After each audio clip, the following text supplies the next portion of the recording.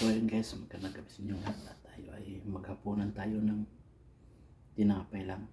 Ita-try natin to at first time natin kumain ng tinapay na may kasamang kanton.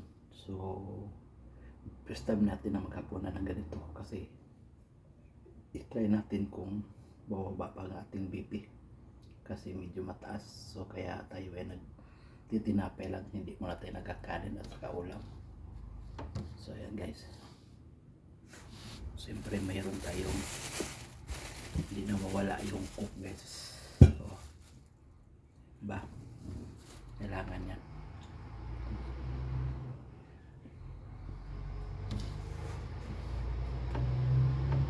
Mukha rin tayo mga idol.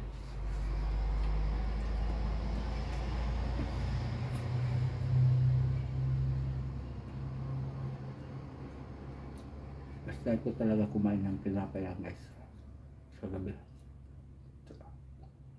I-try natin kung ano maging resulta sa ating video.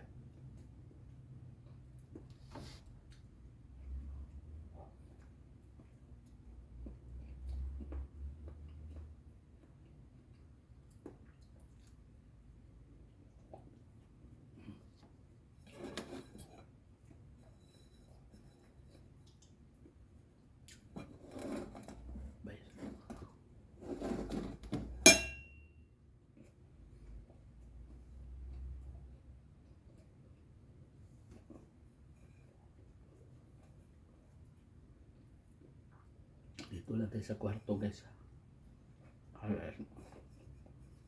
Dito tayo natutulog.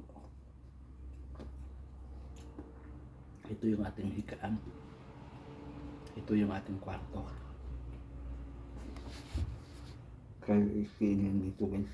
Ispinin na ako. Hindi ako ay taga-probinsya. Shoutout ka pala dyan sa aking mga kaubayan sa Dipolog City, lalo sa aking mga kamag-anak dyan o sa aking nanay, kapatid o sa aking kapatid nandyan sa Cebu, shoutout dyan sa Cavite o sa San Pedro Laguna.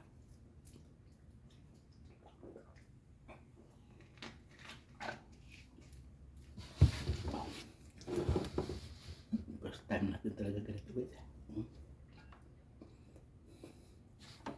Kung dati nakikita niyo ako sa mukbang ko na maraming pagkain, kanin, ulam.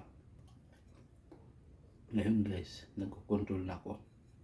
At ito na yung aking hapunan lagi. Tinapay na.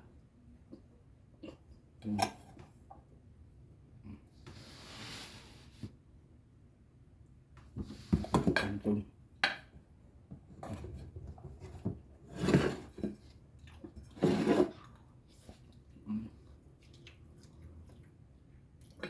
Guys.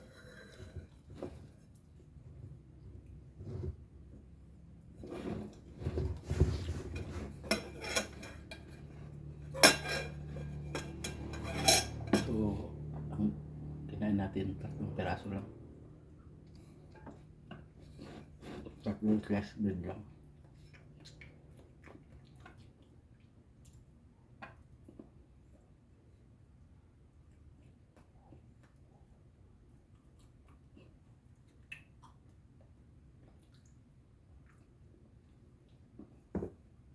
Medyo mataas din ang aking timbang. Nasa 70 guys. Kaya medyo mabigat. Hindi lang medyo.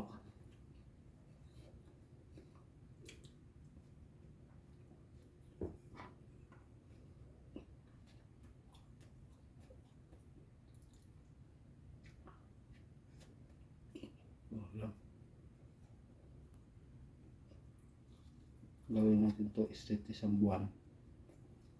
Tapos hindi ako minsan hindi ako maghapunan guys ng tinapay.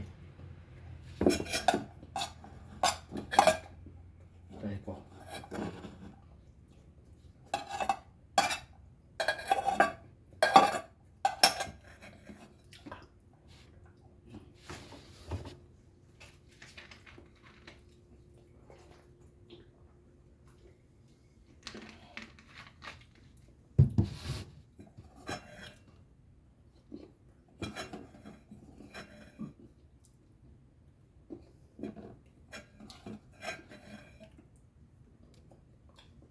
guys, tapos ng ating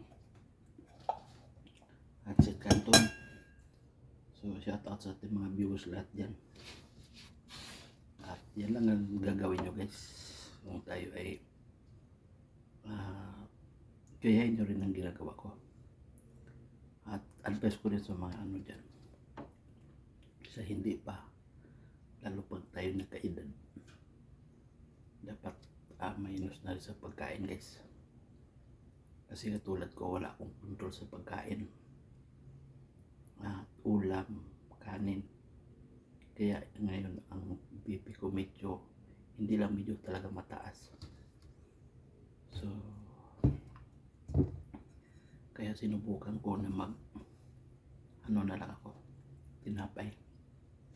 At sa almusal hindi ako kakain ng almusal, wala, ano lang, magkakapi lang ako. So yan guys, salamat po sa ating mga viewers dyan.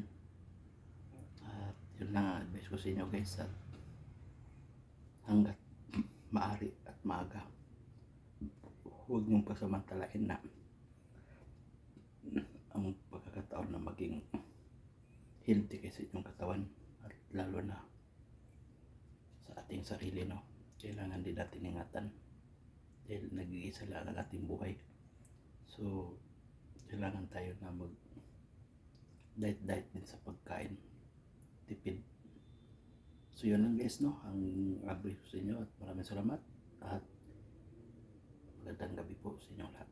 So bye bye guys, see you next vlog.